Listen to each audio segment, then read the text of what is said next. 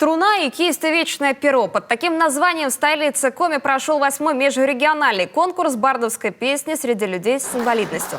Приветствовал участников и организаторов глава Коми. Впервые конкурс прошел в 2012 году. Тогда еще в статусе республиканского, а годом позже он стал межрегиональным. Спустя еще 3 года стал носить имя известного ленинградского барда Александра Лобановского. В этом году в певческом состязании приняли участие около 50 авторов и исполнителей из 23 регионов России. Автор и организатор конкурса бардовской песни, председатель Коми Республиканской организации Всероссийского общества инвалидов Маргарита Колпащикова отметила, что это наибольшее количество участников за всю свою историю. У нас впервые в истории нашего конкурса присутствует именно вот на такой вот простой встрече глава республики Владимир Викторович Уйба.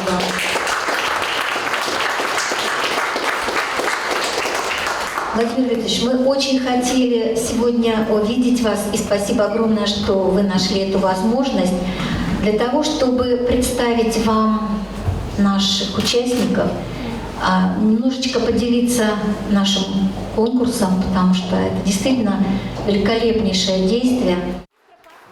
Всего в творческом состязании 4 номинации. Жюри выбирало лучших авторов стихов и музыки, исполнителя песни, композитора и поэта. Также в этом году, учитывая столетний юбилей Коми, на конкурс можно было представить песню и о республике.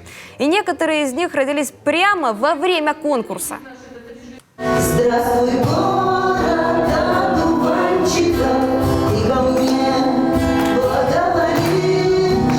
Здесь березы, сарафанчиков, и слов ветер, и Париж.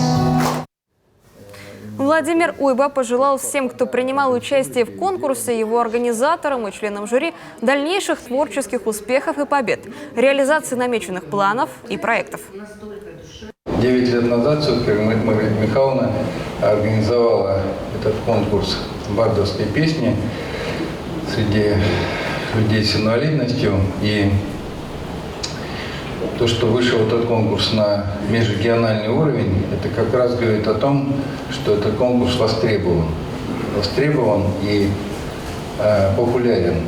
И это действительно очень важно, потому что я прекрасно понимаю, особенно понимаю, когда люди встречаются, и вот этот гимн, как здорово, что здесь все мы здесь сегодня собрались, он ведь не только бардов, которые могут приехать там куда-то с гитарами на берег реки или озера, а это гимн людей, которые в принципе объединены одной целью.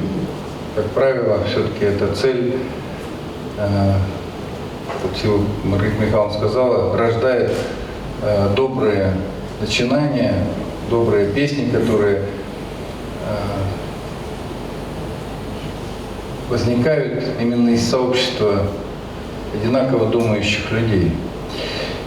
Я хочу всем вам искренне сказать спасибо за то, что все вы здесь сегодня собрались. Участники встречи обратились к главе республики с просьбой проводить конкурс в Сыктывкаре подольше, чтобы было время не только показать свое творчество, но и пообщаться друг с другом, лучше узнать город и республику. Владимир Уйба предложение поддержал и поручил Минкультуры Коми проработать его, чтобы в следующем году все пожелания участников были учтены.